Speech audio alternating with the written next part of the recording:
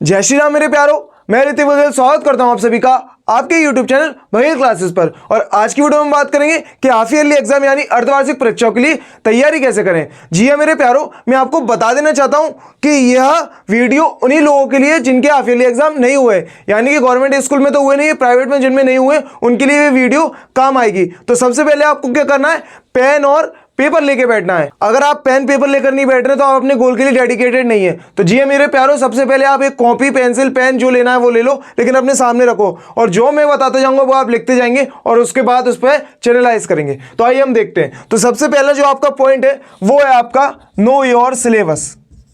क्या है मेरे प्यारो? Know your syllabus. सबसे पहले आपको अपना सिलेबस पता होना चाहिए। आप एक पेज पे लिखेंगे कि हमारे मैथ्स में कितने सब्जेक्ट आ रहे हैं, है ना। एग्जाम्पल है साइंस में कितने चैप्टर आ रहे हैं, है ना।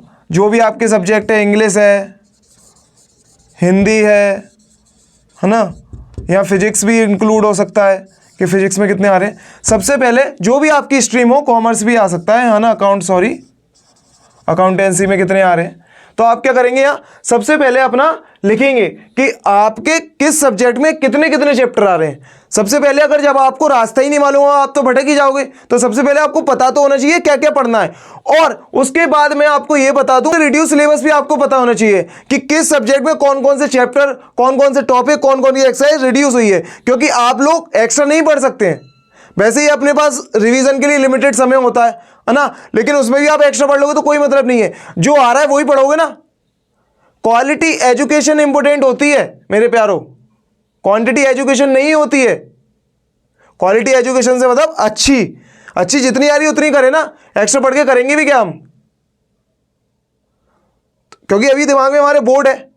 तो आप सबसे पहले जो आ रहा है वो मार्क कीजिए, है ना। उसके बाद कौन कौन से सब्जेक्ट में क्या क्या रिड्यूस हुआ है उसको आप हटा लीजिए, उसको मार्क कर लीजिए, उसके बाद ही आप तैयारी कीजिएगा। तो जी हाँ मेरे प्यारो, आपको पहला पॉइंट समझ आ गया होगा। तो हमारा जो नेक्स्ट पॉइंट है वो है हमारा सेल्फ एनालिसिस। अब सर ये क्या होता है? सेल्फ एनालिसिस यानी खुद को देखना है आपको क्या क्या चैप्टर आते हैं, क्या क्या नहीं आते हैं। तो आपको दो पोर्शन बना लेने, एक तरफ बना लेना है कवर्ड, है ना, आते हैं ये भी लिख सकते हो आप, और एक तरफ आपको बना लेना है नॉट कवर्ड कि नहीं आते। दो पोर्शन आप अपने पेज पे जो लिया है आपने वो बनाएंगे। आप यहां लाइन खींचेंगे और यहां कवर्ड में लिखेंगे जो जो चैप्टर्स आपको आ रहे हैं। मान के चलो मैथ्स में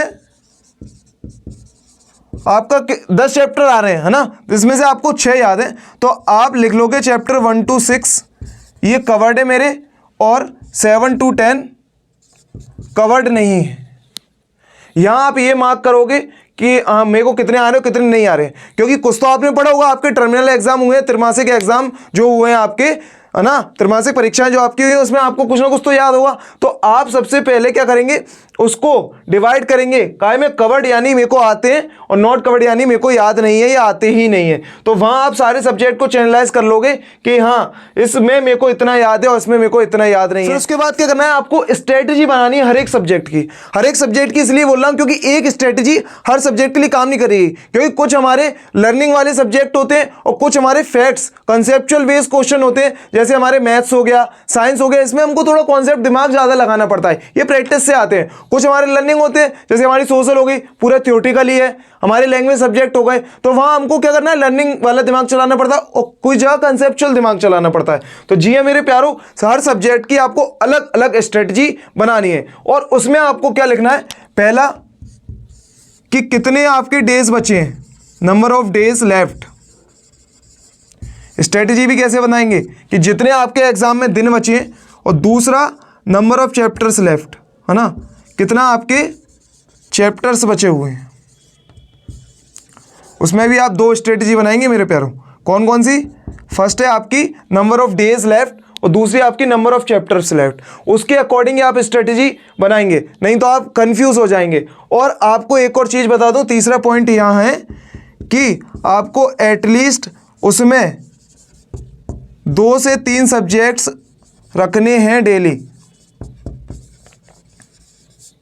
आप जब स्ट्रेटजी बनाएंगे अपनी तो उसमें इन चीज़ों का ध्यान रख के ही बनाएंगे कि कितने दिन आपके एग्जाम में बचे हैं, कितने चैप्टर्स हर सब्जेक्ट में बचे हुए हैं और एटलीस्ट आपको 2 से 3 सब्जेक्ट्स डेली पढ़ने हैं। एक सब्जेक्ट पढ़ोगे तो बोर हो जाओगे और ज़्यादा वर्डन लगने लगेगा। जब अलग अलग चीज़ें पढ़ोगे तो थोड़ा बहुत इंटरेस्ट भी पढ़ाई में बना रहेगा।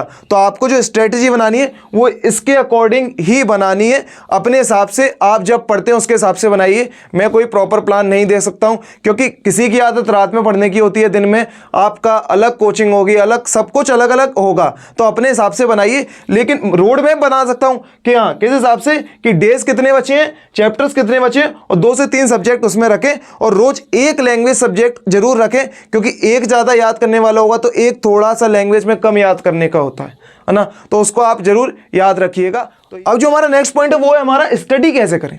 तो आपको स्टडी कैसे करनी है उसके लिए आपके पास 2 मेथड है। एक है आपका लॉन्ग मेथड और एक है आपके पास शॉर्ट मेथड। अब वहां आपको चैनलाइज करना है कि मेरे को लॉन्ग मेथड से पढ़ना है कि शॉर्ट मेथड से पढ़ना है। अगर आपका एम बोर्ड में टॉप करना है तो आप लॉन्ग मेथड से पढ़िए। आपका एम हाफ ईयरली एग्जाम में अच्छे स्कोर लाना है तो आप शॉर्ट मेथड से पढ़िए। तो जी हाँ मेरे प्यारो, अभी हमारे पास कम समय है तो हमको शॉर्ट मेथड से पढ़ना चाहिए। तो शॉर्ट मेथड में क्या क्या आता है, आप क्या कर सकते हैं, जो भी चैप्टर में आपको डाउट है या बचा हुआ है उसके आप 1 शॉर्ट वीडियो देख सकते हैं, है ना। 1 शॉर्ट वीडियो आप इंटरनेट पे अवेलेबल है, हर सब्जेक्ट की एक से एक बेस्ट टीचर आपको बता रहे हैं। 1 शॉर्ट वीडियोस के लाइक भी टाइम नहीं बचा है तो आपको क्या करना है, डायरेक्ट आपको आपके सब्जेक्ट के क्वेश्चन आंसर की प्रैक्टिस करनी है। जो भी सब्जेक्ट हो, मैथ्स हो तो आप एक्सरसाइज सवालों की प्रैक्टिस करेंगे और बाकी के जो सब्जेक्ट है उसमें क्या करेंगे, आप क्वेश्चन आंसरों की प्रैक्टिस करेंगे। अगर आपके पास कम समय है तो क्वेश्चन आंसर याद कीजिए और थोड़ा सा भी समय तो 1 शॉट वीडियोस पे फोकस कीजिए, क्योंकि वहां से आपको कॉन्सेप्ट समझ आ जाएगा। कॉन्सेप्ट समझ आएगा तो क्वेश्चन आंसर याद करने में आपको भी आसानी होगी। 1 घंटे में आपको कुछ नहीं आता है, हर एक का 1 शॉट ज़्यादा से ज़्यादा 1 घंटे का ही होता है, वहां आपके सारे कॉन्सेप्ट क्लियर हो जाएंगे। तो आप यहाँ से क्वेश्चन आंसर भी याद कर लोगे, फिर आपको आसानी भी होगी। तो क्या करना है, आपको स्टडी जो करनी है वो अभी आपको शॉर्ट मेथड से ही करनी है। अब जो हमारा नेक्स्ट पॉइंट है वो सबसे ज़्यादा इंपॉर्टेंट है, क्योंकि यही आपको स्कोर दिलवाएगा। तो आपको क्या करना है, प्रैक्टिस है वो आपको करनी है इंपॉर्टेंट क्वेश्चन की या नोट्स की। आपके टीचर ने जो भी क्वेश्चन प्रोवाइड कराए हो, जिसने भी प्रोवाइड करा हो, जहां से भी आप पढ़ते हो, जिसको भी मानते हो, तो उसने जो आपको इंपॉर्टेंट क्वेश्चन प्रोवाइड कराए होंगे तो उसकी आपको प्रैक्टिस करनी है। जैसे मैथ्स में मैंने आपको प्रोवाइड कराए थे, क्योंकि मैं मैथ्स पढ़ाता हूं। बाकी के सब्जेक्ट आपके स्कूल टीचर्स भी बताते हैं, जहां आप कोचिंग जाते हो वो बताते हैं, तो उनकी प्रैक्टिस करनी है। उसके बाद सीरीज की भी आप प्रैक्टिस करते हैं। सीरीज में हमारे क्या आता है, परीक्षा अध्ययन, परीक्षा बोध, या आप जिससे भी पढ़ रहे होगे वो सीरीज से भी आप प्रैक्टिस कर सकते हैं। लास्ट में बस इस चीज का याद रखना, PYQs आपको सॉल्व करने हैं जो भी आपके सिलेबस में आ रहे हैं, क्योंकि PYQ से ही आपको अंदाजा लग जाएगा कि क्या क्या इंपॉर्टेंट है और क्या क्या क्वेश्चन पूछे जाते हैं किस मेथड पर। ये सब आप प्रैक्टिस कर लोगे तो गारंटी आप अच्छा खासा स्कोर कर लोगे। और नेक्स्ट पॉइंट है, इन सब के बाद जो नेक्स्ट पॉइंट है वो है रिवीजन, क्योंकि जब तक ये नहीं करोगे, पूरा क्लियर ही नहीं करोगे तो कुछ नहीं आएगा, सब खिचड़ी जम जाएगी। तो आपको क्लियर करना है, उसके लिए आपको रिवीजन करना जरूरी है। और रिवीजन कब करोगे आप, जब आपका एग्जाम आ रहा होगा, आपको पता पड़ जाएगा किस तारीख को किस का एग्जाम है, तो उसके हिसाब से आप रिवीजन भी कीजिएगा। अगर आप रिवीजन नहीं कर पाओगे तो दिक्कत हो जाएगी। रिवीजन करोगे, और मैं आपको ज़्यादातर बता देना चाहता हूँ कि जब आप रिवीजन करें तो जो थोड़ा सा आपको थोड़ा सा डिफिकल्ट लग रहा हो उसको आप लिख के देख लें। जो आपको अच्छी तरीके से आता है उसको तो 1-2 बार देख लोगे, थोड़ा सा भी कर लोगे तो आ जाएगा, लेकिन जो आपको नहीं आ रहा है उसको आप अच्छी तरीके से प्रॉपर लिख के देखें। अगर वो सही आ रहा है तो वो भी आपके डाउट क्लियर हो जाएंगे।